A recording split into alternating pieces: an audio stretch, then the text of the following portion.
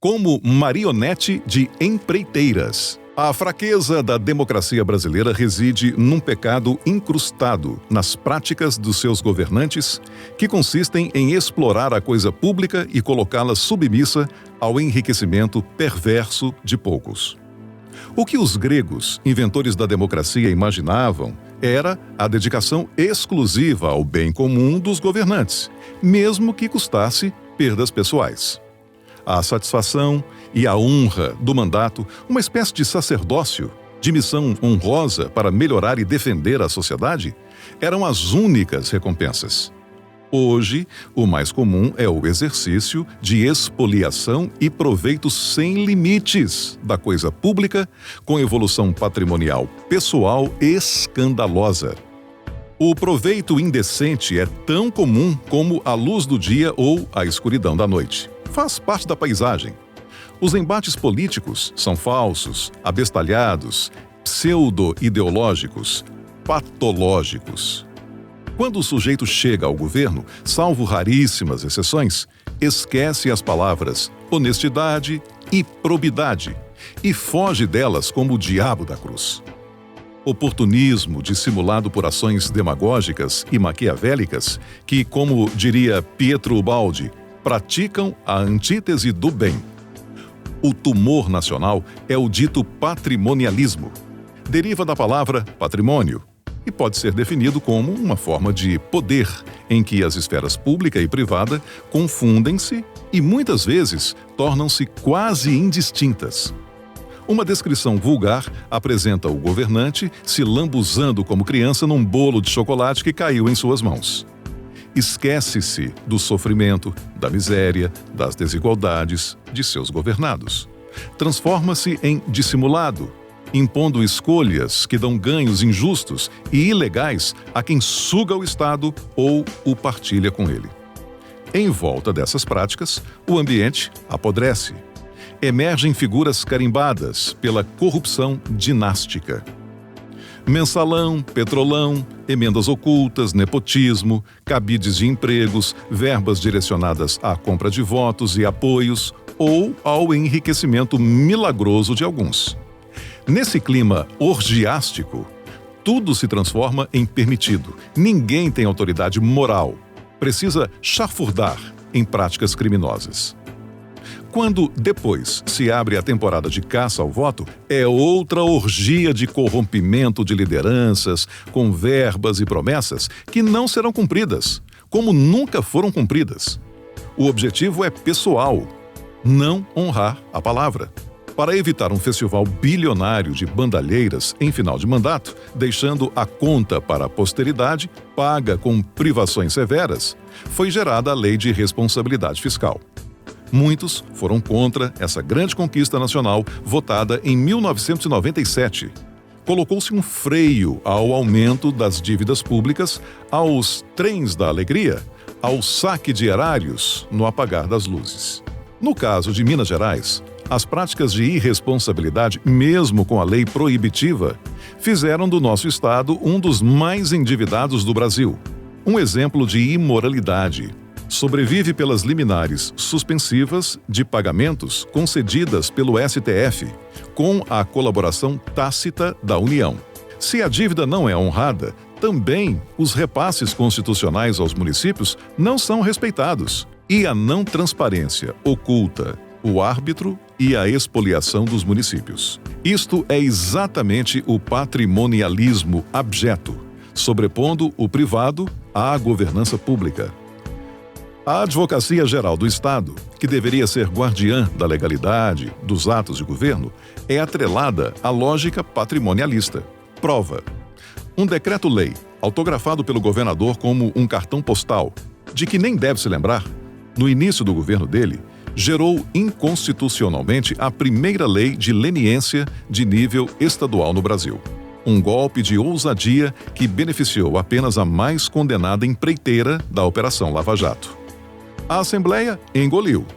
A rainha do horror da Lava Jato, aquela que arrasou a CEMIG com 26 bilhões de reais de prejuízos, reconhecidos pelo próprio governo atual, dona das maiores concessões públicas em terras mineiras, Assim se livrou da imputabilidade penal e das condenações, comprometendo-se a pagar em 10 anos 128 milhões de reais. O acordo era tão escandaloso que ganhou sigilo por 20 anos. Ninguém pode ver, ninguém consegue explicar. A mesma advocacia deu seu parecer como provavelmente daria uma marionete de empreiteiras condenadas na Lava Jato para que o absurdo edital do Rodoanel possa ser pregoado no dia 12 de agosto. Inicialmente estava previsto para dezembro de 2021, ou seja, antes do ano eleitoral, para atender às proibições previstas em várias leis de responsabilidade e eleitorais que vedam a possibilidade de assumir compromissos financeiros no último ano de mandato e que gerem efeitos posteriores. Passaram mesmo assim para 28 de março de 2022, mas, frustrada mais uma vez a possibilidade, o pregão foi empurrado para o dia 12 de agosto dentro da campanha eleitoral. Neste, o Estado não pode assumir compromisso fora de seu prazo de duração. Mas inúmeras e bilionárias obrigações passam a ser do Estado, sem qualquer previsão orçamentária. O Estado não tem a anuência imprescindível dos municípios, mais impactados pelo traçado que agrada às concessionárias. Estes reclamam justamente de um projeto antissocial, antiecológico, abusivo e ditatorial que impacta a vida de milhares de pessoas, destrói bairros inteiros e penaliza milhares de atividades econômicas que cessarão ou serão fortemente prejudicadas. As cidades deverão se reinventar e perder anos de avanços. O Estado, insensível aos apelos das comunidades e dos prefeitos, como um monarca em delírio de poder, ameaçador, avança ilegalmente. O governo, irresponsavelmente e sem indicar a fonte de recursos para honrá-las, ainda sem quantificar os valores e sem estudos balizadores, assume no edital todos os riscos e as indenizações até 5 bilhões de reais de lucros que, porventura, a concessionária não realize. Não existe no país e no mundo um despautério desse, uma ilegalidade tão gritante. Descarta, sem razões técnicas, o traçado rural proposto pelos municípios que respeitaria as comunidades e a economia dos municípios. Deixa Betim, via de passagem da BR-381 e da BR-262, que hoje já são um pesadelo, invadida. Apenas o transporte público terá que refazer e alongar dezenas de linhas em bairros transformados em labirintos e com seu trânsito impedido por uma via pedagiada e sem transposições.